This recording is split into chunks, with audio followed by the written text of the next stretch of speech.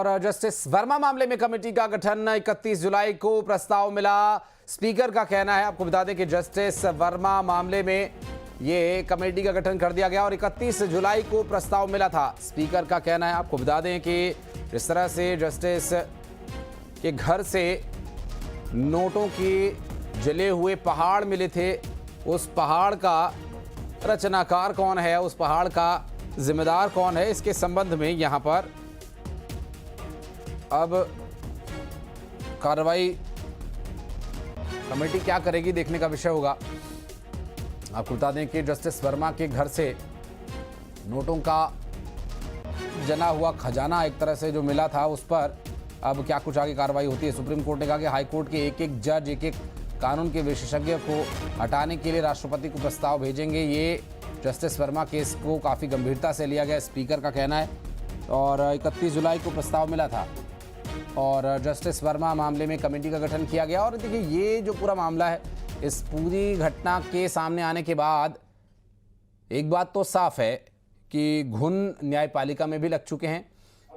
शंकर आनंद हमारे सहयोगी इस वक्त हमारे साथ जुड़ गए हैं। शंकर, जिस तरह से जस्टिस के घर से नोटों का जला हुआ पहाड़ मिला, ये तो पूरी दुनिया में जाहिर हो चुका है कि घुन लग चुका है न्यायपालिका में भी। लेकिन एक ऐसी नज़ीर अगर पेश की जाए तो शायद अभी कुछ समय हम और निष्पक्ष और भ्रष्टाचार मुक्त न्यायपालिका को देख पाएं।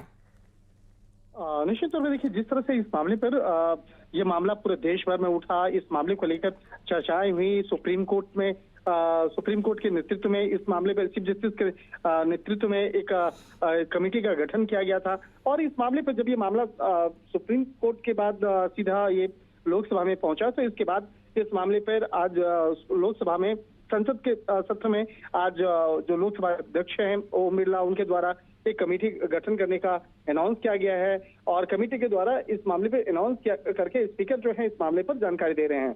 जिस तरह से 31 जुलाई को जस्टिस वर्मा को पद से हटाने का प्रस्ताव मिला था, उसके बाद कमेटी बनाने की बात सामने आ रही थी। तो इस कमेटी का आज उस कमेटी के बारे में बताया जा रहा है। उसके बारे में लोकसभा के अध्यक्ष के द्वारा इन तमाम मामलों में विस्तार से जानकारी साझा की जा रही है। और कहा जा सकता है कि ये मामला जस्टिस यशवंत वर्मा का जो मसला है, जिस तरह से पिछले काफी समय से काफी चर्चा का केंद्र में रहा, और जिस तरह से जस्टिस वर्मा पर उनके घर पे जो काफी नकदी होने की जो जानकारी मिली थी, और इस मामले को लेकर जिस तरह से एक कमेटी गठित की गई थी सुप्रीम कोर्ट के कोलिजन के द्वारा, तो उसकी रिपोर्ट के आधार पर जिस तरह से उनको हटाने का एक फैसला लिया गया था और कहा गया था कि इस मामले पर आगे उनको हटाने के लिए किस तरह से जो तमाम कानूनी प्रावधान हैं उसको ध्यान में रखते हुए इस मामले की जानकारी राष्ट्रपति को भी भेजी गई थी। उसके बाद ये मामला फिर लोकसभा में पहुंचा। और कह सकते हैं कि लोकसभा के जो स्पीकर हैं इस मामले पर विस्तार से जानकारी दे रहे हैं और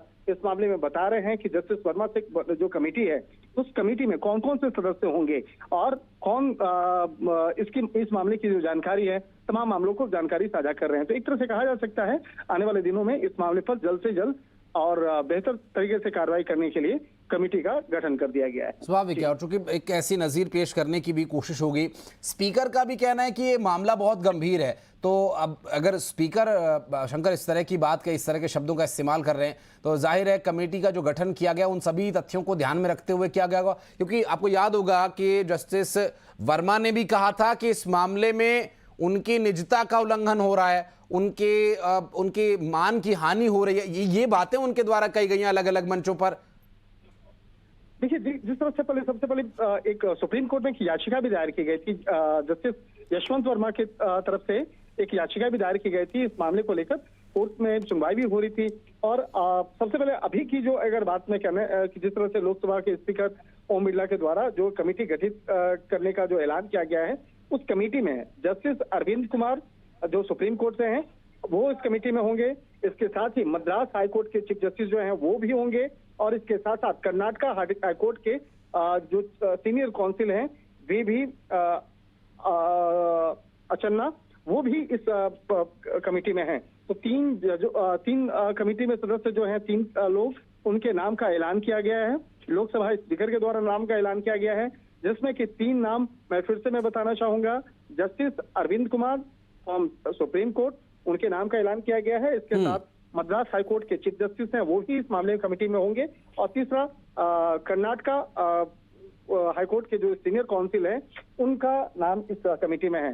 तो एक तरह से कह सकते हैं कि इन तमाम मामलों की गंभीरता को देखते हुए जिस तरह से कमेटी का गठन किया गया है, इस कमेटी के द्वारा जल्द ही बड़ा फैसला लिया जा सकता है। लेकिन एक बात आपसे और शंकर समझने की कोशिश करेंगे, हमारे दर्शक भी जरूर इस बारे में क्यूरियस होंगे, उनके मन में भी ये सवाल उठ रहा होगा कि देखिए जमात तो एक ही है जजेस की, और ये बात जस्टिस वर्मा कई बार अलग अलग मंचों से और अलग अलग तरीके से दबी जुबान में कहते आए हैं कि अगर ये बात बहुत ज्यादा खुली तो पूरी न्यायपालिका या जो जज की गरिमा है उसको भी ठेस पहुंचेगी, इसलिए इसे बड़ी दबी अंदाज में, इसे ढके छिपे अंदाज में इसका निराकरण होना चाहिए। क्या इस कमेटी के गठन के बाद हम ये उम्मीद करें कि आगे भी न्यायपालिका बेदाग रहेगी या फिर ऐसे दागदार जजेस सामने आते रहेंगे? क्योंकि ये मामला तो सामने आ गया, अभी तो ऐसे कितने मामले हैं जिसके बारे में लोगों को पता नहीं है, और कितने मामले जिसके बारे में लोगों को पता चलने नहीं दिया जा रहा है।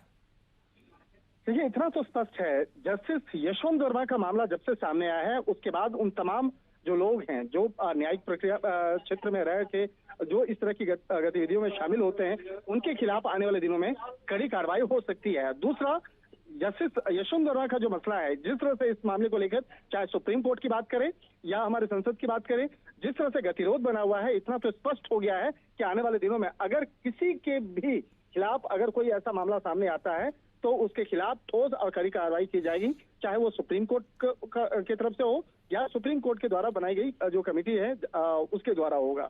तो इतना स्पष्ट है, न्यायपालिका को और बेहतर बनाने के लिए और उसमें जो भी इस तरह के जो बातें आते हैं सामने, तो उसके खिलाफ ठोस कार्रवाई करने के लिए दृढ़ संकल्प जो है वो लिया जा चुका है। और पहले भी हालांकि कई बार कार्रवाई हुई है, लेकिन जस्टिस यशवंत वर्मा का जो मामला था अपने आप में एक अनोखा मामला कहा जा सकता है, क्योंकि जिस तरह से उनके घर में भारी मात्रा में नकदी होने की कथित तौर पे जानकारी मिली थी, उसके बाद इस मामले में सुप्रीम कोर्ट के कोलिजन के द्वारा जिस तरह से इस मामले में कमेटी का गठन किया गया और काफी तेजी से इस मामले पर कार्रवाई करते हुए जिस तरह से बाकायदा एक इसकी रिपोर्ट बनाई गई और उस रिपोर्ट के आधार पर जिस तरह से राष्ट्रपति को इस मामले की तमाम